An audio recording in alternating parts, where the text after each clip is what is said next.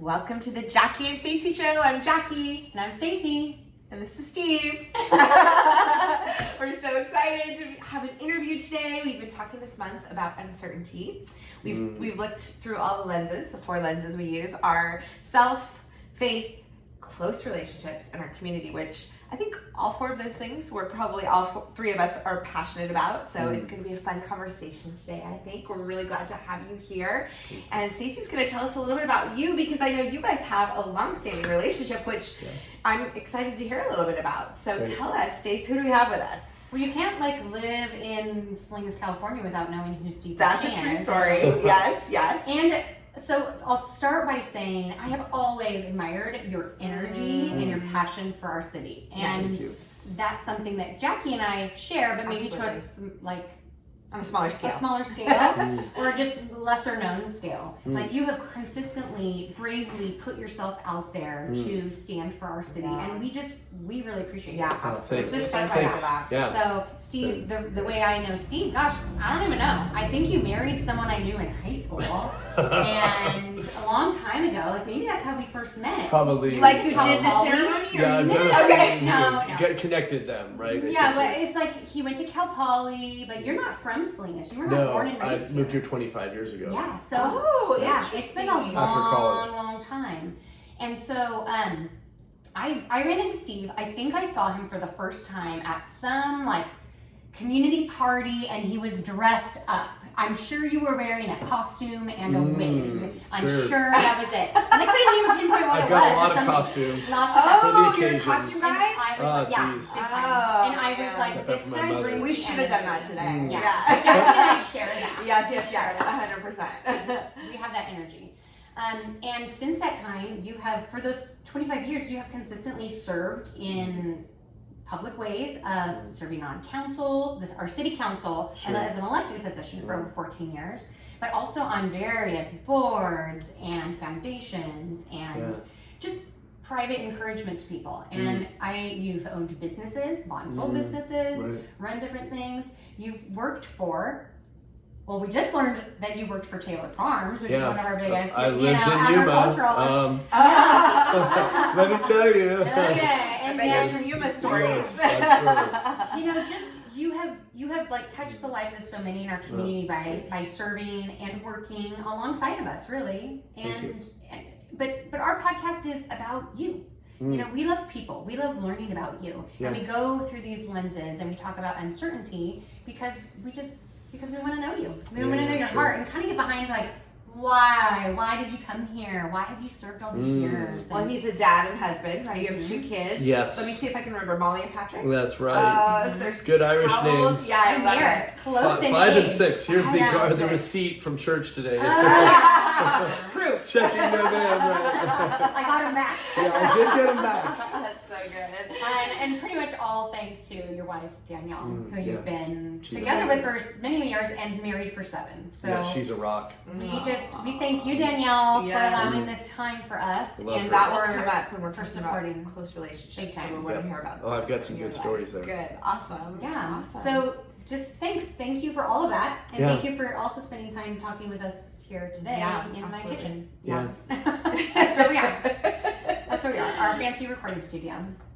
So let's talk about uncertainty. What's the first thing that comes to your mind when you say the word uncertainty? God's plan. And the lessons we're taught by the life we lead, with good and with bad, how it's all for some benefit, and not to personalize it. There's good, there's evil out there. Yeah. And I've found that the more we release those things of the people that carry that and realize it's something bigger, the more aligned we are with God's plan. It's very easy to be like, God, Stacey did this to me. And you know what? I don't think it's fair to say it was Stacey, right? There's something bigger and more untapped than we realize behind us as just humans living on this planet for a very short period of time. So that might be getting too deep, too quick. No, but, are you kidding? We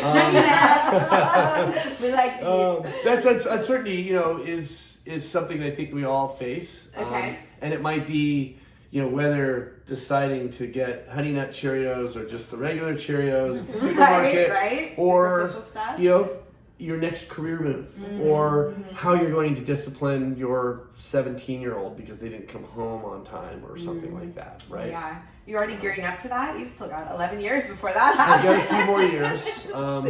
We still have discipline. Of course. Yeah. Interesting. So what does that look like? Because our first lens, of course, is self. So have you dealt with any uncertainty recently in your life? Like, how does that look? If you kind of have this belief that we'll talk about even more in a minute, but your faith kind of informs how you deal with uncertainty. I would agree. Yeah. You see each of those moments of uncertainty, whether small or big, through that lens of faith. Like, how is God going to lead me through this? Maybe this decision or this interaction. So what does that look like for you? Like, tell us. Well, give a specific. You know, I think we need to prepare ourselves for whatever we're hit with, good or bad. Okay. And I think of like diet, health, you know, exercise, but also spiritual well-being. So if you're in the gym regularly, or if you're paying attention to what you eat, you know, and you're also guarding your heart and your soul and feeding it, you know, incredible things will happen. You know, you're just better prepared to overcome, to address, and I would put uncertainty in that department. You know, the last year or so of my life has just been incredible uncertainty. You know, and we may speak a little bit about my time on city council, which I've cherished and I've loved. It's been wonderful. Did you say 14 years? 14 years, yeah. And I loved it. And you know, even leading up to that, Planning Commission, Traffic and Transportation Commission, Police Community Advisory Committee, you know, the Housing Commission for the county, you know, the Hartnell College Board, various nonprofits. You know, Stacy and I intersected. I think you facilitated a retreat for one of the boards that I was on at one point. But in that capacity, I've definitely become an expert of like public I spent 5 years working for a state senator, and ran 2 campaigns. One that was a statewide campaign for lieutenant governor, and another that was a race for state assembly. We spent over $1 million. You must be like 80 years old. Well, I don't know about that, but I've definitely you have so much experience. You've really crammed into it. I've definitely done a lot. I think looking back on it, and a lot in politics. So I can speak to that, and my heart in it, because there's people that like policy, and there's people that like politics, and you know, you'll see those shades even at the dais at City Hall, right? Folks that are playing the political game and gearing things up, and what can I gain, what will you lose, and that sort of stuff. But somewhere in there is community. You know, it's your neighbor next door, it's your neighborhood, it's beautification, it's spirit of community, and that's where my passion has always been, right? Leave things in better shape than when you found them. Bring people together for something cool, not always knowing what that coolness might be or what it might turn into. And that's how, you know, I was able to found the Salinas Valley Food and Wine Festival. That's how I was able to launch the city's holiday home lighting tour, where we had 3 buses, 3 ends of town, Champurrado, Santa, singing Christmas carols, you know, a stop at Northridge Mall, a stop at the Girl Scouts at Closter Park, and a stop at Villa Serra, now Ivy Park. And you know, that terrific opportunity to, again, just build community. So I think some of that shows, and my departure from council spoke to that. Like, it's like when you go through life and you're building this incredible structure and it's one block at a time, and you don't really look back on what you're building. But then all of a sudden you're like, oh gosh, like, built that. Yeah, there's this wall, like there's this thing, and who knows, you know, what it's for. You know, and if it's for things of this world or for something greater. But, you know, just rounding out the city experience, no regrets. Love it. I mean, sure, some meetings were tougher than others, but boy, did I gain a lot. You know, heat makes the skin tougher, or what do they say? You know, I mean, I was. I've never heard that one. That's a new one. I'm thinking of the refiner's fire. Refiner's There you fire go. for sure. Because there had to be a lot of uncertainty at those meetings. Oh, right? gosh, yeah. I mean, that's really largely what defined those meetings. But it's really funny. Like our mayor, Kimberly, I love her to pieces, and we are just two peas in a pod, like brother and sister. Love it. Really. Love it. And there's this creative, fun side of her, and I keep reminding her as mayor. I'm like, don't forget that. Like, And that's hard. That is have hard. fun as you go through life along the way. I mean, that's a quote I learned from a guy that lived off Santa Monica Court here in South Salinas. This guy, Jerry. I mean, he was selling me supplies for my Christmas tree lots into his late 80s.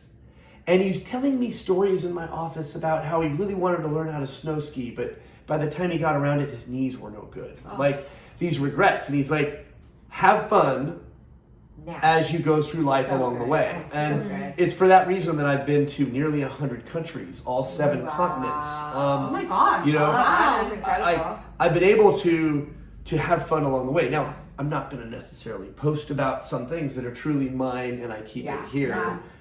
Things that my wife and I celebrated, you know, a recent trip to Australia and Indonesia and Singapore together.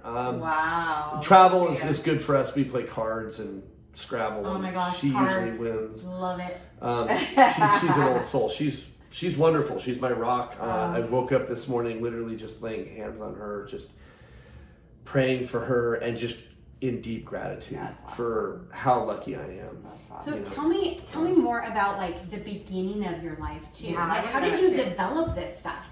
This ability to open up your heart really for community. Like, were your parents like that? Did your parents serve on a bunch of My different parents things? were not like that. In fact, when I got into the Senate Fellows program, I was rounding out my 5th year at Cal Poly. I'm student body president down there. I won on a write-in, by the way. Wow. Tripled voter turnout and beat the then vice president by 2-1.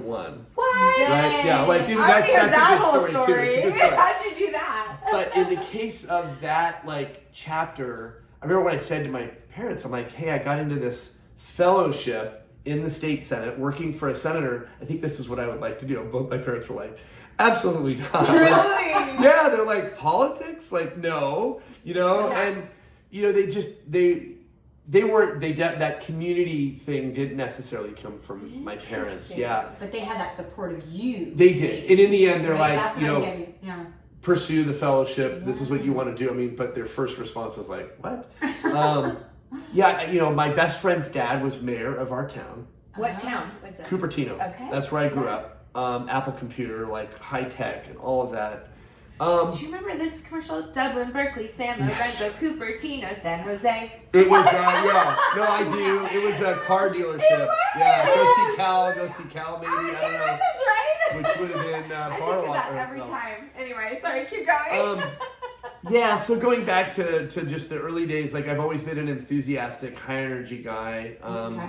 And, I'd like to think student government got me early. Wow. Yeah, and I attended every program, and it's funny, like when I talk to college students that are engaged in student government, and I've done that a lot, I would always say, like, don't stop, because too many people, like, after college, they'll be like, oh, that's it. That was like a college thing. Yeah, they or might a roll. high school thing even. Even not, yeah. And they'll roll into like a PTA maybe, or they may show leadership in other capacities. And so there's like not necessarily a bridge there. Now I found that bridge for me here with the JCs.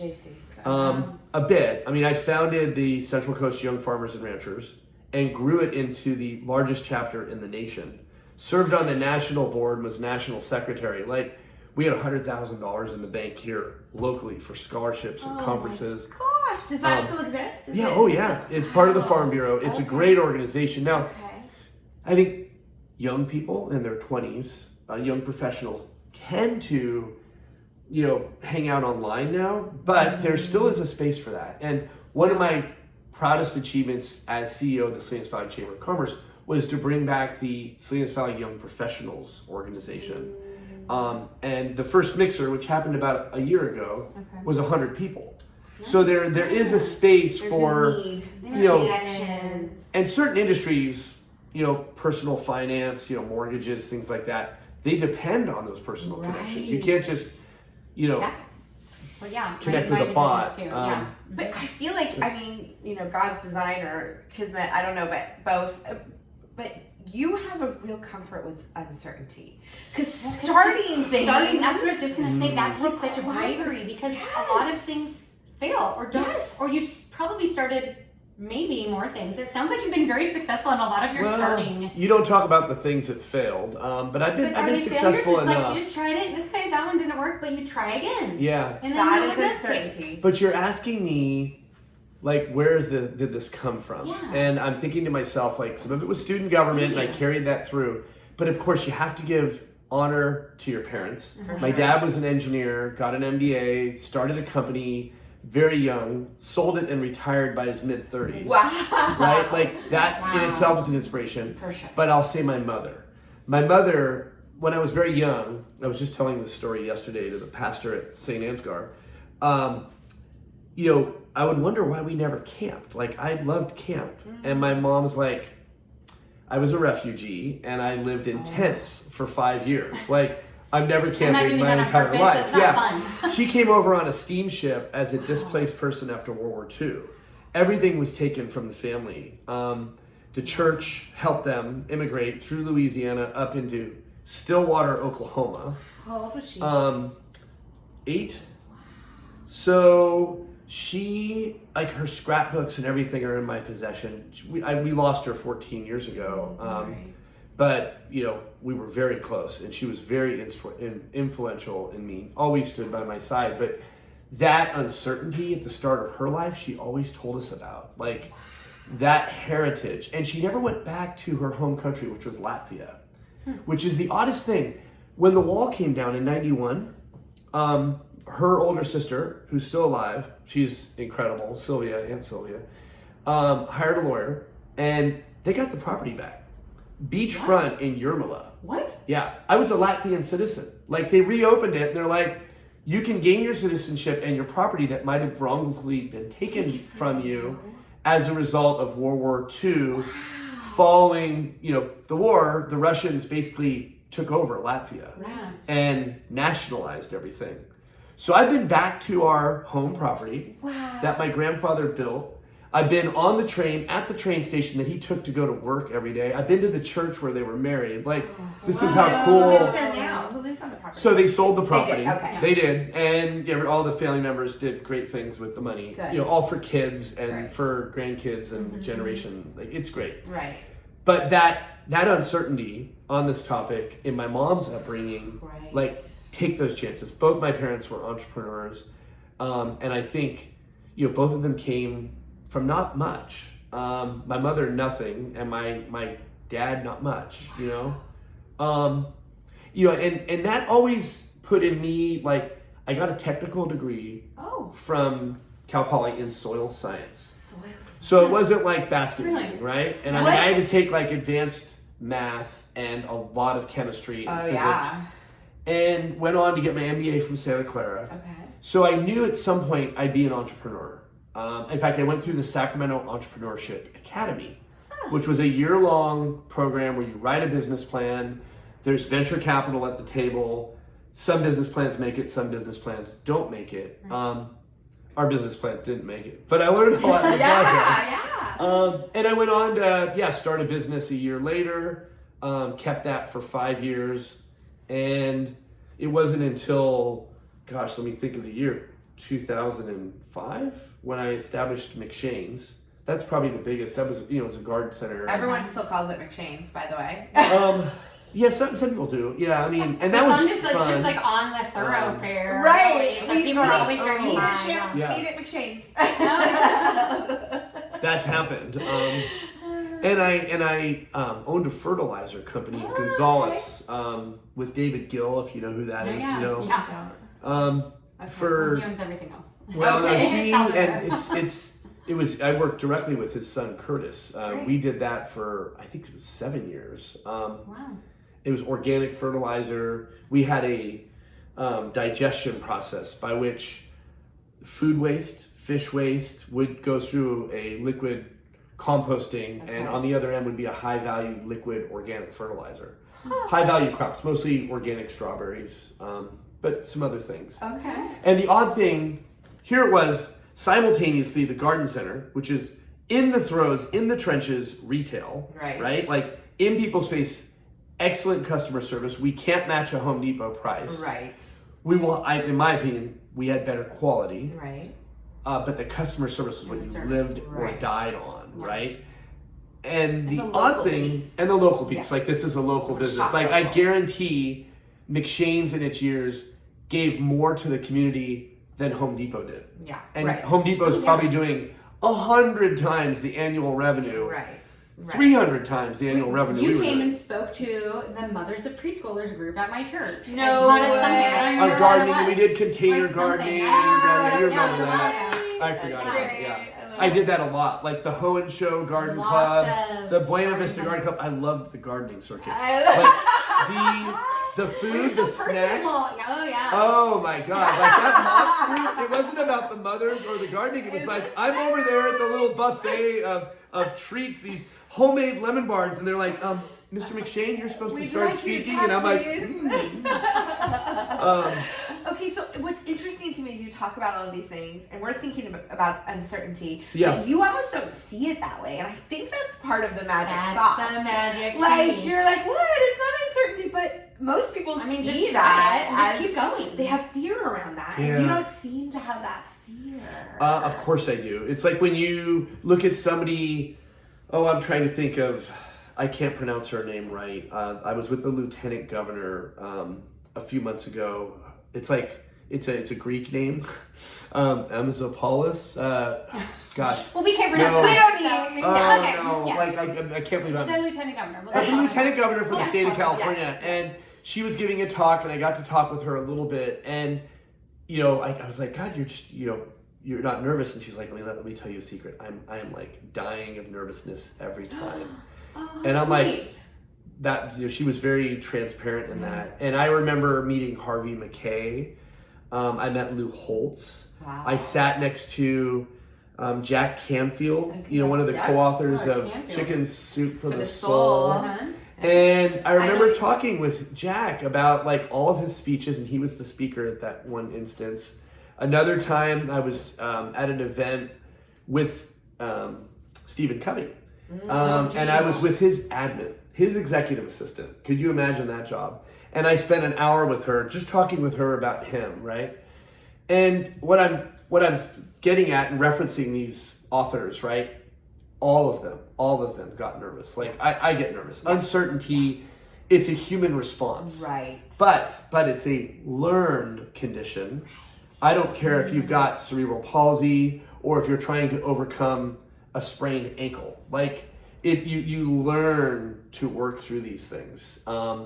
Just like we learn in our hardship, whether it's the loss of a loved one or a divorce or a cat that ran away and you can't tell find, us how you've learned. What did you learn to do? Because what I've seen is you've learned to say, yeah, that's uncertain, and I'm doing it anyway. A lot of reading, a lot of right? leadership classes, and I can't hide my faith. Yeah. Yes, Right. like faith in God, realizing there's something bigger than just you and your cup of Sanka.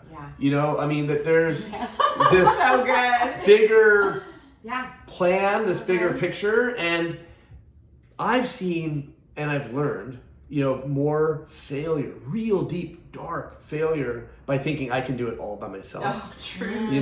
That so things true. of this world will cure it, whether it's a cold Mai Tai from Alvarado Brewing, and at the end of that, you're like, gosh, it was a great beer, but I'm still hollow inside, And that this leads to that searching, that seeking. I mean, I know you're women of faith, and I'm sure you've been there. Every human being is seeking and searching in some way, and that intersects with uncertainty, and some people fail under those circumstances. They become unsheltered or disabled or, without means, whereas others ride that wave. And like a David Gill, pick up, as I think they call him, the magic man of with the Midas touch of, South County. He's a well-studied, well-trained man. I mean, I've been in business with him, and I've been in business with Don Chapin. And I have deep respect for both of those men. Like, they're criticized, and I don't know why. Just like I'm criticized, right? Who's not criticized? Good point. You're in the public eye. But both of those I men expect that. have got moral, intelligence, street smarts. Don never went to college. That's amazing. It's amazing. Yeah. And his sense of humor and his ability to engage. But he never stopped learning. He never stopped That's the learning. difference. Mm-hmm. I mean, you don't necessarily have to go to college for that. You can be constantly learning, either just from people, books, communicate, asking questions. You're living proof. That's the big learning thing. Yeah. Well, yeah, I mean, we all are. Yeah. Anybody who's moving forward or facing uncertainty, it's like, okay, Yeah. yes, of course it's uncertain. It's almost like just accepting it, Yeah.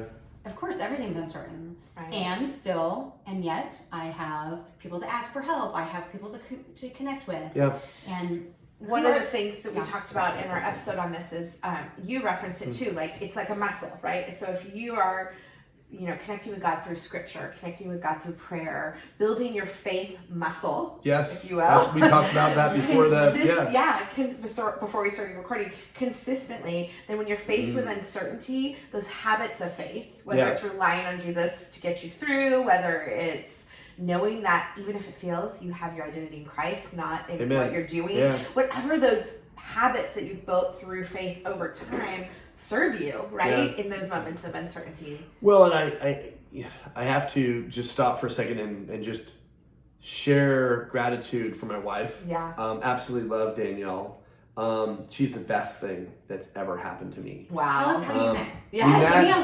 Give me a little story about Danielle. And just real quickly, I think of her because consistency is very important. And yes, it is her thing. Nice. And in working out, there'll be mornings I don't want to get up because I'm an early guy, like 5:30, like let's go. Yeah. And she'll be the one to be like, just show up. Yeah. Like just show up. Yeah. Like, it'll happen. Like consistency. So that's just a nugget on her. We met at a bar called the Hamilton, like 3 blocks from the White House. I've been there a couple of times. We did. So we met there. No way. She was in DC for a nonprofit board that she's on, or was serving on at the time, and I was out there lobbying for the city for smoke detectors. For Salinas? Yeah. Oh wow. Yeah. And I didn't realize that she was from here. In fact, the dudes that she was with, and the rest of the gals, I should say, right, were like really messing with me. Like, stay away from her. She's married. She's from Lodi. Like, never got her phone number. I mean, I was just all over the place. Yeah. And then the other thing is, at the bar, no joke, was Cuba Gooding Jr. Stop. So we just had this like amazing night together. Yeah. But then I never got her phone number. Never thought I'd see her again. And then check this out, Jackie. Oh, I can't wait. I'm like downtown for this event, for this leadership program that I went through. It's called the California Agricultural Leadership Program. Mm-hmm. So I went through that, and I'm at this event, and then out walks Danielle. And she's like running the event, and I'm like, what? What are you doing here? You recognized her. Of course I recognized her. Like, the worst night of my life was like, gosh, why didn't I get her phone number? Like, what? She left me like so curious. Like, it was obviously meant to be, because we met on the same night as my parents' anniversary. Wow. Yeah. And we're at this event. I immediately get her phone number when I learned that she's from Salinas. Wasn't married, didn't have kids, and I'm like, not in Lodi. Right. So our first date was the Saturday following. That was on a Thursday. By that Monday, we're like, this is it. And we were married 1 year after when we first met. On the 50th anniversary of my parents. Really? Yeah. You got married on your parents' 50th wedding anniversary? That's so oh my gosh. great. And we married in the Steinbeck Center. You did? We did. Yeah. And then we had our reception at the Armory. I mean, it was a very Salinas wedding. Yeah. God, it was so great. And she, woman of faith, we share that foundation upon which, things are built. Now, is it all perfect? No. But we had that commitment, to faith. and I think that that's really what's saved us because, you know, I was married once before, and you know I was married a year, and that was a challenging experience. You know some of this already, and in going through that and reconciling that, you know, it was like, well, you know, will I ever get married again? You know, she thought the same thing. She thought maybe she wasn't going to have kids. Right. We were blessed with Patrick a year later, you know, and then Molly a year after that. It was like, okay, well, this is the plan. We are going to need to get married and have kids, it turns out. But I remember when I attended service shortly after, you know, my wife and I split up, and the service here at First Presbyterian, Pastor Mike Ladra was talking about success in marriage. And he was talking about how your odds of success increase if you attend service together. They increase even more if you pray together. They increase even more if you're in a small group. And I was like, wow. And I fact checked that, man. I went, I'm like, ooh. And there was a study, it was done out of LA, you know, but it was a big study. Like the statistical piece of me, having taken lots of stats, both in business school and as undergrad, I'm like, okay, got it. So that's where I knew I needed to be. And as I got more serious about finding someone longer term after separating, you know, I mean, man, I began to study where the right place would be with a lot of mistakes, some of which were, you know, more high profile than others, right? But ultimately, you know, that's where Danielle came in. Like, there were so many things where it's like, this is right, you know? Things like we both floss. We use mouthwash. You know, we shower every day. Neither of us drink coffee. Like, these are just like, we don't watch TV. Wait, doesn't everybody floss? No. There's some bad oral hygiene out there. I don't know if you've been on a date in the last 20 years with somebody that didn't, you know. Wait, it's not a thing? Just think back to before you were married, and maybe it was something you were paying attention to. I see the dentist 4 times a year. I love the dentist. I heard a dentist too. Yes. But how do you? You just have to pay for out of No, pocket. yeah, or you have multiple insurance, like her insurance, my insurance.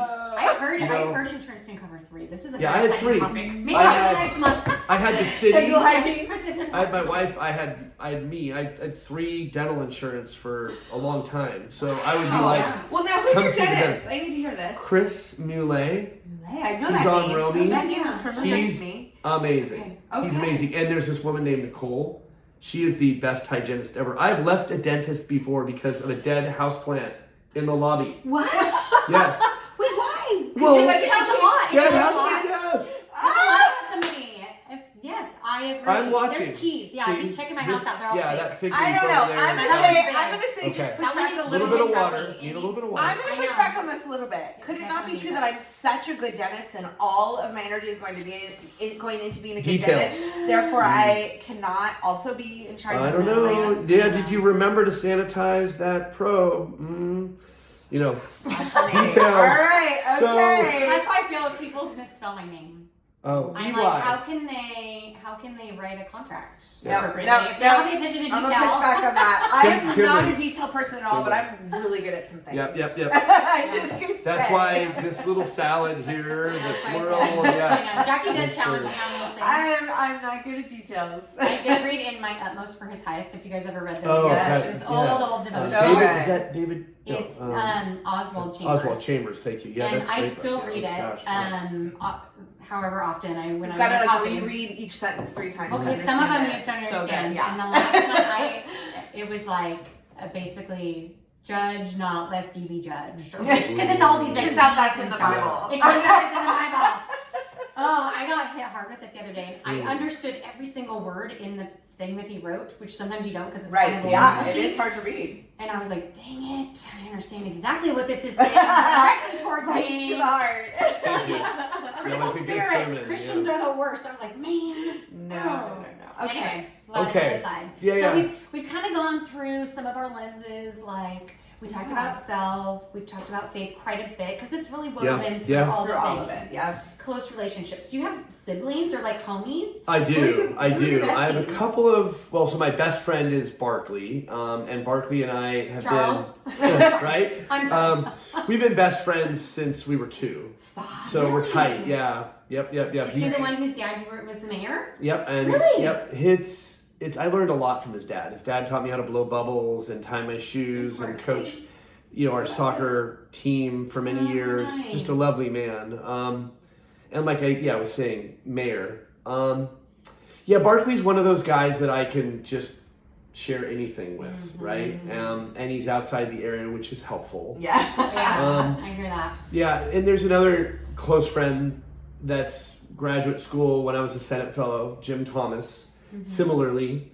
And actually my college roommate, the dorms, Darren and Randy. He lived in the dorm room next door. I was just with those guys for a weekend over Memorial Day. We get together, and we're on a group text. I mean, the group threads are just amazing these days where you can check in with a close friend that's like in another state, Stay connected. Yeah, those are good accountability. Couple of friends locally that I'll just be myself with, right? I mean, isn't it nice to unplug?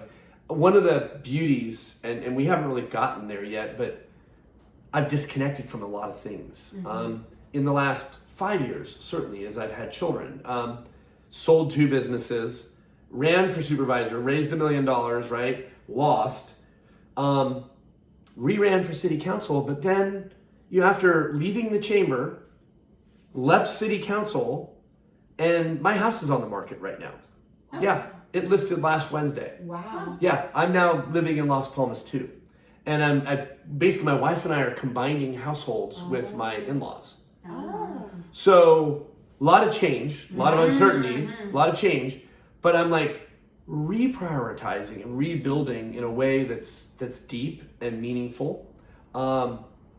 In some of my, call it, growth this last year, I'm going to say. When I left the chamber, the greatest allure came in ag tech. I have a passion for ag tech. I had an ag tech startup that was a alternative protein, high value crop nitrogen fertilizer solution in the organic space. Like I had this, we had like me and some friends had something really good going. But then at the same time, I got more serious about Danielle and some other things came into play. And 2 of the partners, there was 3 of us. One moved and another one got divorced from his wife. I mean, so I'm kind of going off on a tangent here, but bottom line is in all of this change, I was headed to venture capital. I started going to conferences and spending time in the ag tech space and had a couple of leads on some jobs that were like phenomenal base salaries, more than I'd ever made, 300,000, and then interest in companies. Wow. So you get into a venture capital space, you can either buy in with the fund or you don't, and you're just an employee of the fund. They can help you get into the fund over time, but then they'll assign you a portfolio. So here are 10 companies or more, in addition to ones that you're surfacing, and you get 0.5%, 1%, and you're at their call. Okay. The challenge is that job would have been an hour and a half away, 2 to 3 days a week, and 2 to 3 days a week I'd be expected to be in the field.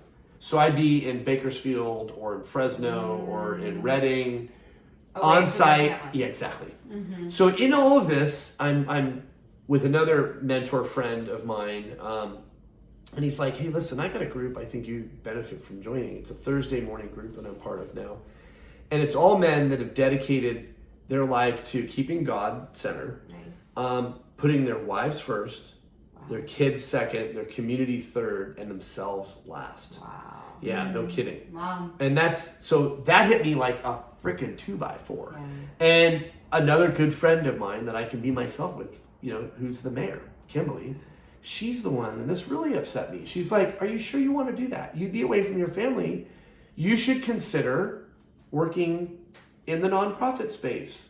And she started sending some jobs my way, and she's like, really think about this. I'm like, well, I just left the chamber, and that was kind of a tough job. I mean, board of 20 people plus, and more politics in a nonprofit than I've ever seen, and a lot of outside challenges and community influences. Like people that I looked up to when I considered the chamber job, they're like, best job ever, except for the board. Like board politics. And I'm like, oh, come on. I mean, How bad can it be? I know I've been most on of the city- board I've been on every members. Yeah. board. And I don't want to like dig on the board. I mean, they all have a heart for it, but chamber spaces, it's a very unique Everybody has beast. competing interests and different opinions, and A lot of opinions. Yeah. And it's not like a boys and girls club nonprofit board. It's a different sort of nonprofit, although all nonprofits have their challenges. So I'm not going to cast too much judgment there. But in the end, subscribing to this group was really game changing. And then having the nudge to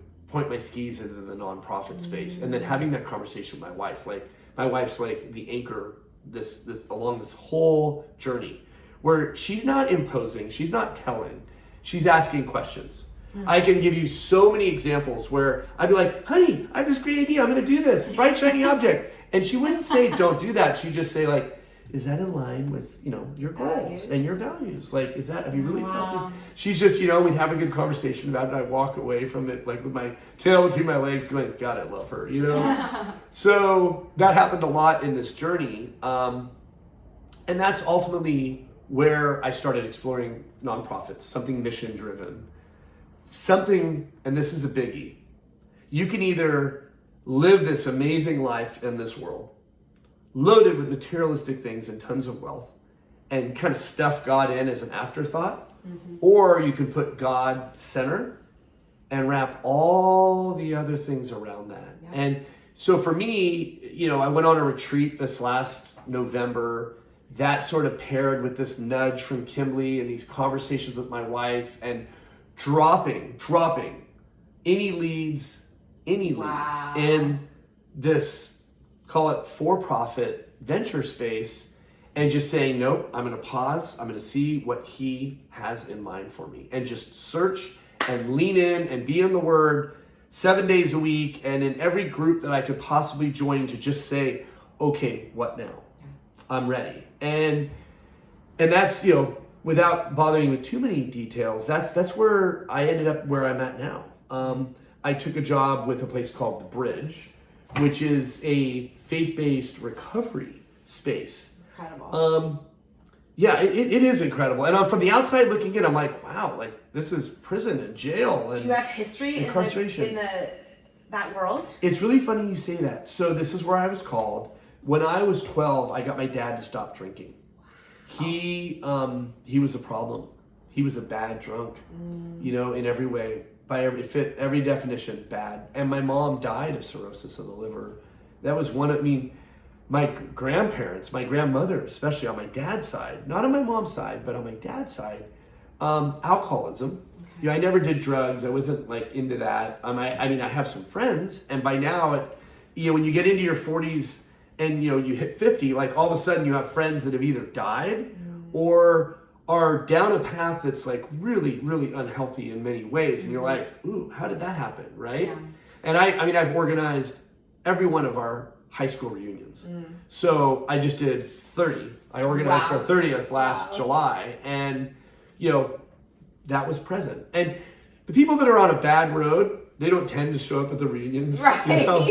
But they're still like present. But bottom line is like, that's probably the biggest. But I'll tell you the other thing. Like as I'm interviewing for this, I've had 3 people that have succumbed to alcohol and drugs. One in Monterey County Jail that I, helped get out and met with the next morning. Another that's currently, in a residential treatment program right now, that I brought to the hospital. Wow. And another where I was the first call on the way to the hospital. Wow. And spent 5 days in the hospital. And so like all of this was like, okay. Personally. Yes, exactly. It was an itch, and it was like a message, like this space, this job. And then Pastor Mike Casey that runs the Bridge Restoration Ministry, he's like, yeah, like he and I had met when the Bridge was going to launch in Salinas. Okay. Mark Drever, I want to say Salinas Valley Community Church. Pastor Mark was a part of a meeting that I was at the church. So we were exploring this launch, and the ironic thing is, rather than launch here, it ended up launching in Napa. So there's a bridge Napa affiliated, and we've been pitched for like national, like Celebrate Recovery, like a national model. Wow. Yes. One of our board members is It's a great program. Amazing. And you know, I'm learning this. Like first of all, our program is 100% privately supported. Okay. Many programs are like 30-day, 90-day turn and burn. You know, they're getting funded money by contract from the state or the county or something. Right. We are privately funded, and you know, we're exploring like grants and How long public is the program? funds. It's a year. It's That's 1 year, and fast. it's 60% plus effective 1 year out. Yeah, like that's people are incredible. sober. What's the typical percentage of success? Oh gosh, it's Like in 4? the teens. Yeah, it's in yeah, the yeah, teens yeah. nationally. Yeah, crazy. In this region, we're like in the 20s. You know, there's some good programs, good partners in the space. Okay. But it's a growing problem. Opioids especially. Like nationally, opioids have leveled out and they're getting some into a better place. But in California, opioids is still on the rise. Wow. In Monterey County, still on the rise. You know, it's number 3 killer nationally. Like drug and alcohol is much bigger than people realize. So it's definitely a calling, and we're coming up on 1,000 men and women. We have a men and women's program. It's 45 beds. There's phase 1 and there's phase 2. And then there's a vocational program. Yeah. You choose After between phase 3. 2, or? No, in phase 1, Okay. it's either retail. We run 2 thrift stores. And they're not just thrift stores. Like we have Shopify, we're on eBay, Cool. we do Amazon. Like there's a whole, half of the operation is behind Does the that store. go to help fund Yes. the program? Yes. Okay. So there's the retail, there's a maintenance and janitorial, Oh, okay. and then the third is a culinary. Yeah, that's what We have a chef and we have a whole commercial cool. kitchen. Wow. We have contracts with, you know, outside, call it, we're basically the kitchen for the power plant, if you know them. They're in Moss Landing. They've got a storefront. They have a few food trucks. We do all of their food. Wow. So there's just some tremendous success there, and I see it, and it's amazing. More than 50% of our clients come out of Monterey County Jail. 90% of the people in the jail either are addicted or have been addicted. You know, and then homelessness, it's right in there. So it's like this revolving door that's like, I've always been called to, like as a council member, like it's our number one. Housing and homelessness is like, God, it's so important. So it's definitely a space I'm passionate about. And then the stories. You know, my boss says to me, oh, well, you know, we need to do this profile, you know, for our upcoming newsletter. You know, can you just take a minute and do an interview? And I'm like, yeah. So I sit down with this young lady that's like born into a Norteño family, you know, marries a Norteño. They buy a house together. Like apparently Norteños, you know, I mean, So it's like a job? it's a job. I It's mean, like a you career have a choice? mortgage and stuff. Yeah, Wow. like Wow. they had 2 kids. It was very abusive, physically, mentally, emotionally. She escapes in the middle of the night with the 2 kids, lives out of the car for a year, Wow. ends up addicted. She's on the streets. The kids get taken from her, like, and she washes up on our doorstep. And she is like on fire. Like life plan, education plans, reuniting with her kids, like, and God has set her to all of that. Like that's the thing about So inspiring. we're a ministry. Yeah. We're faith-based, which is different than some of the other programs out there. One of our board members, let's see, the executive producer, I think is the title for a movie, The Shawshank Redemption. Yeah. If you've seen that, or The Green Mile. Yeah. They're currently producing Walking Dead. So they've got the means, and they really Right. believe in our mission. Their foundation is a big, like they're Supporter. they're a That's big awesome. supporter of what we're doing. And there's this whole idea that they want to do like a show on what we're doing. And Cool. so as a nonprofit, we're right at like that 2 million point where we, you know, you have to have your books audited every year. You know, if you're going to grow beyond that, like that's what we're preparing for. Mm-hmm. Like we're preparing for the potential to take our model nationally. Like there's a Atlanta-based interest and there's a Tacoma-based interest, Very like where we cool. could set up bridges in other communities. So there's like long-term, there's some terrific potential there that I'm just really So jazzed exciting. about. But as I was saying before we started, literally second day on the job, my boss comes over to me and says, hey, something big's happened. There's this incredible 7-acre property with 49 beds that's owned by the Catholic Diocese that was, you know, in negotiations with a buyer. The buyer fell through. It's back on the market. We want to make a play, I think. So I immediately launched a $6 million capital campaign Wow.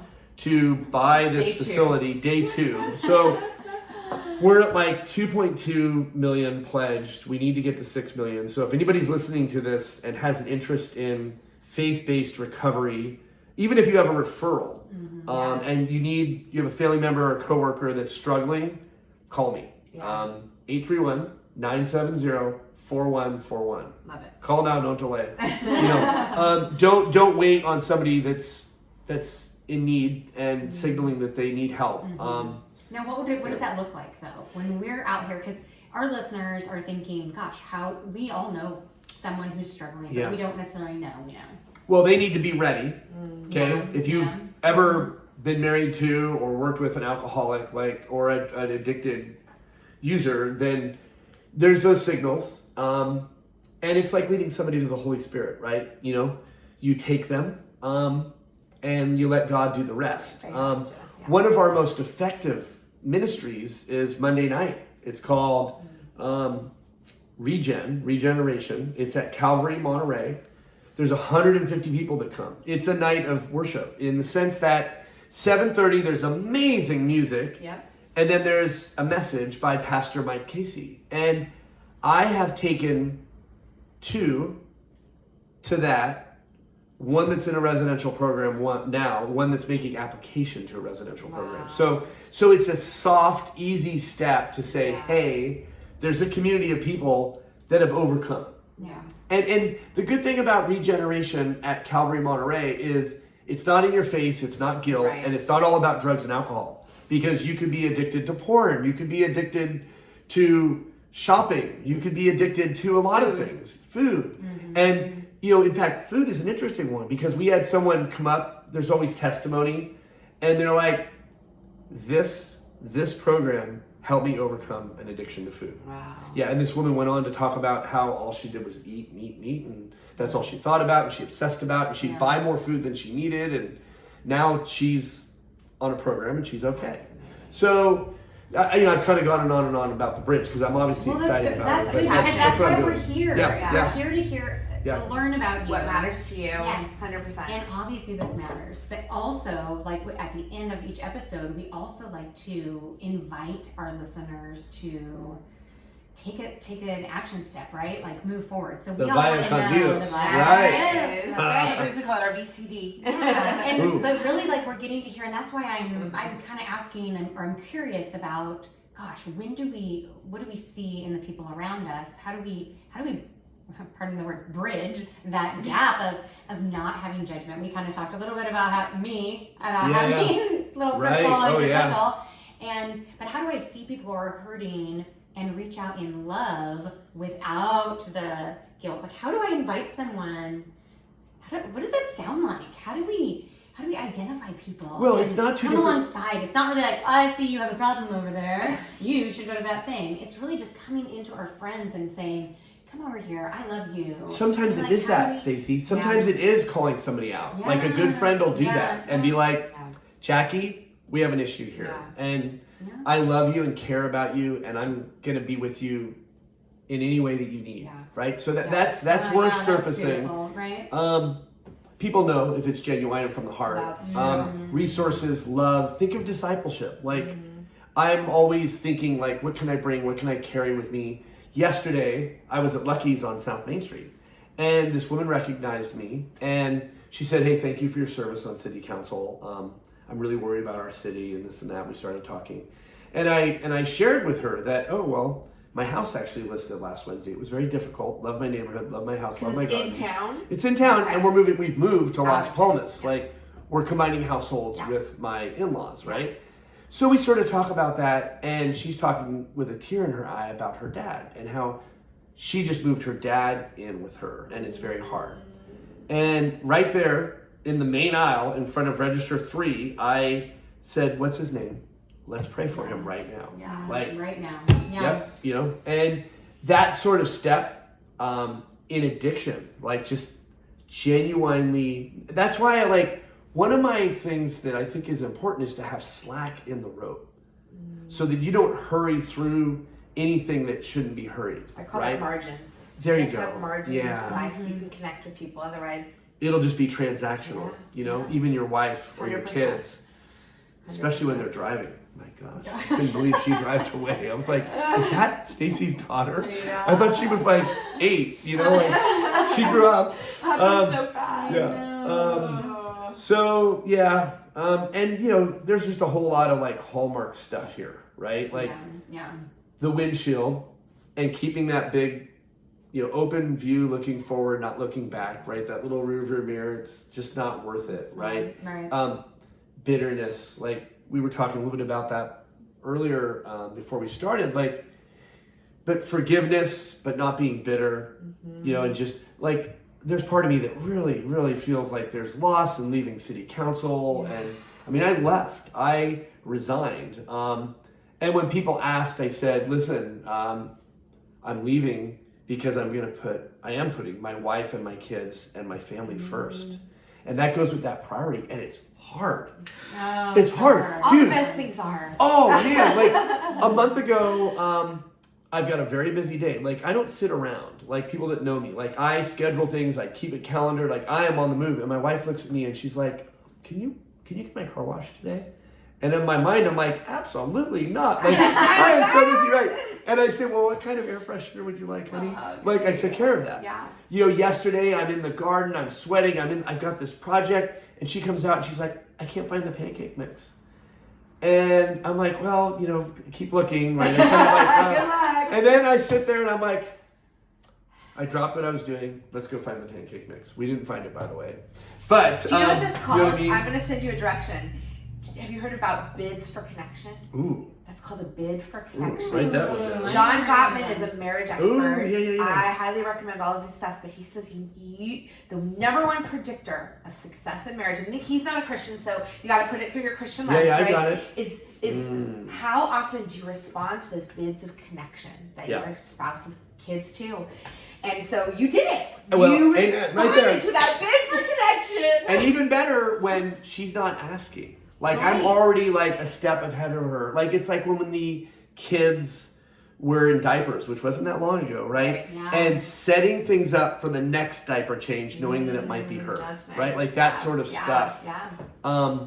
And not asking for any recognition. Like 5 love languages, right?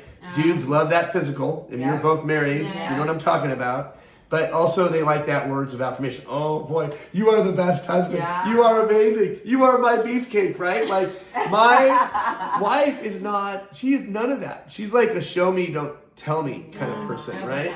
And I think a lot of women are like that. Might know one, might be sitting next to one.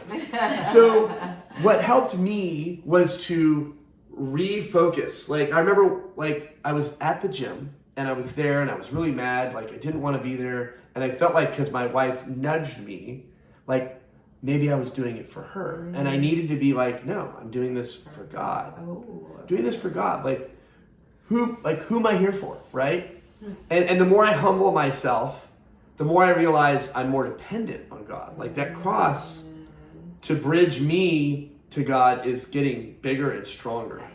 And it works better. And that's over time. Like that's like a lift the curtain kind of behind the scenes sort of philosophy that's like on my heart right now. But you know, the more that I've prioritized her and leaned into her and overcome like things of this world, like God is blessing us in ways I could never have imagined. There's a pastor friend of mine in Prunedale that's like, whoa, God is blessing you. And it's private. I'm not posting about it on Facebook. Like, that's another thing. I'm not an elected official. It's on a podcast now. Maybe somebody will read this or watch it someday or whatever. But you know, these are some shifts, and you know, we didn't even dig into all of the dysfunction of City Hall, right? Like, thank God. Why focus on that? And that's your tiny little rearview mirror. That's the rearview mirror. I love that image. Yeah. Rearview mirror. I can see that big when you said that big windshield looking forward. Huge. It makes so much sense not to be focusing visual on, and that you have a little rearview mirror because I guess, you know, for some perspective. Every once in a while. Yeah. Well, we're forgiven. You gotta get right. We're forgiven. That's a big thing. Right? At some amazing price that we can't even measure. Like, there's a pretty helpful belief here that we share, but to listeners that may not be as strong in their faith, like, I just challenge them to find something. Yeah. Because otherwise you're going to end up older and still trying to fill a void with things of this world. And another Vegas trip's not going to make it. Yeah. Like, you're still going to show back up tired and wishing you didn't have that margarita at 2 a.m. or whatever. Or the 5 shots of tequila or Whatever it was, whatever. yeah. Whatever it is. You know, it's fun to get away and take a break, but that's been really helpful for me. Like, I am so thankful for this hardship. There's, you know, and there's a few like crazy signals in all of this. There's 2 guys in particular. There's actually more than that. There's like 4 or 5 that have been really hard on me. They may not even know it. They may be like, well, toughen up, Buttercup, or whatever. Some of it's politics. Okay. A lot of it is actually, and they have their own reasons for it. But it's even like gotten to the degree that it was really personal. Like, we had our kids in care at Hartnell Park, and someone approached the caregiver, knew the kids' names, fit the description of one of these guys. Like, in fact, there was even an event that I went to that had a private security detail because one of these guys could have been packing heat. Like, this is not a good space to be in when you're always looking over your shoulder. Like, when people ask about the dysfunction at City Hall, it's not disagreeing on an issue. It's lack of trust. Wow. And you know, you need that trust with the whole team, and it takes time. It really does. And you need to put the time in to build that trust. I could talk about this at length, but what I'm getting at is, in this, there were a couple of men that, you know, were difficult. We started associating indirectly via a men's group, and to the best of my knowledge, neither were very strong believers. I learned yesterday, not only have they began to pursue, they're becoming stronger believers. Like, the Holy Spirit's working in them. And I, you know, this is my wife's talking to me the night before this meeting to discuss the situation. And she's like, remember, it's not like you forgive and that's it. Like, they may wrong you again and you need to forgive again and again. It's not, you know, just be ready for that. And so I've really had to abide by that. And I guess what I'm trying to get at is, in all of this yucky, dark space with a couple of folks that I've really seen as dark, like so far from the fruits of the Spirit, like they're getting pulled in, you know? So, you know, that's it. Like, that's why we stick around. Like, right. The saga, and we don't know any of it, you know? And what a miracle, because even the Bible too, you know, I remember the Apostle Paul was once like the greatest, what's the word I'm looking for? Like Adversary. Attacker. Yeah, adversary. The tax collector, right? Yeah, Jesus and John, as an individual. different. I mean, just haranguing Christians and Haranguing. how That's a good one. I like it. Responsible for the death of Christians, Yes. right? Not just like shaking finger. Don't do that. Lots right. of that, but I mean, total persecution. Yeah. And we forget that, but for the grace of God go I. Yeah, And amen. that's the only thing. That was the Oswald Chambers That's thing. it. He was saying was, if I for a moment forget like the depth that God has forgiven in me, that, you know, that will keep me, if I have one remembrance really, Sure, yeah. that will keep me from worrying about basically what Yeah. the speck in my brother's eye. You'll have to go read it because I did a bad job of paraphrasing. My favorite things are Stacy's paraphrases of the Bible. I am not an eloquent speaker. Yes, by any means. Yeah. But I think that leads us really into kind of like our last bit of this episode, which is, okay, so for us and our listeners, we've talked about all of this today, all of the things that you've accomplished, Steve, and the burdens you've carried for our city, and the hope that you also carry for our city and the connection. How do we go forward? Like, what are some small action, like we want one small action item that our listeners could partake of, either like a thought they could think, a mantra they could speak, an encouraging thing. And before you even do that, I want to ask actually is, where do we find information on the bridge? Let's say we wanted to contribute in some financial way or an encouraging way. So first, give us that connection, and then we'll go on to So the Bridge Restoration Ministry, the website is tbrm.org. tbrm.org. Right. Got it. Okay. There's some amazing videos on that site. Oh, fun. Interviews with the clients that have overcome. Cool. So please check those out. And then Regeneration is every Monday. Be there by 7:30 at Calvary Monterey. Just sit in the back. It's really cool. And bring a friend that may be struggling. The Bridge is supported, by generous people like you two, and I'll send you both the link. We have a matching campaign right now, dollar for dollar, in the month of June. So encouraging people, I think this gets released on June 30th, 2024, for those of you watching in the future. But every June we do this matching campaign. So you can just go to the Bridge website or GoFundMe and type in GoFundMe, the Bridge 2024. You can donate through the website. We also have a GoFundMe as well. That goes directly to our efforts. And I just would say, in the inspiration of my wife, show up. Show up, right? The precursor to that is commit, and then show up. But showing up is half the battle. Whether it's at church or a gym or to your kids' game or practice for that matter. Show up is, I think, the mantra that I would leave your listeners with. And just make myself available. If anybody's listening to this or see this, shoot me a text. Like, how can I get involved? What can I do? If somebody wants to run for public office, start a business, like, there's one thing that's on my heart, it's just to be helpful. My wife, whenever we throw a party or have an event, we were just talking about this, she'll be like, Steve has such an eclectic group of people. And she'll talk to somebody and they'll be like, oh yeah, no, I just met Steve in the Starbucks parking lot off Work Street, I love it. And I'd be like, or the guy that showed up to cook pizzas in the backyard that I met walking door to door for a political candidate, this sort of stuff. So my cell is 831-970-4141. Text me. If you listen to this and you liked it, just be like, just listen to that random podcast a year ago, and you helped me. Love it. Yeah. So good. Well, I just want to thank you. I mean, like Stacey said at the beginning, what you've given to our community, what you've modeled for us as a believer, as a husband, as a father, as a community member, is huge and inspiring. And so thank you for spending your time with us and for telling us all of those things, sharing your story with us. Let's just pray. Can we close with a prayer? Love that. Yes. Okay.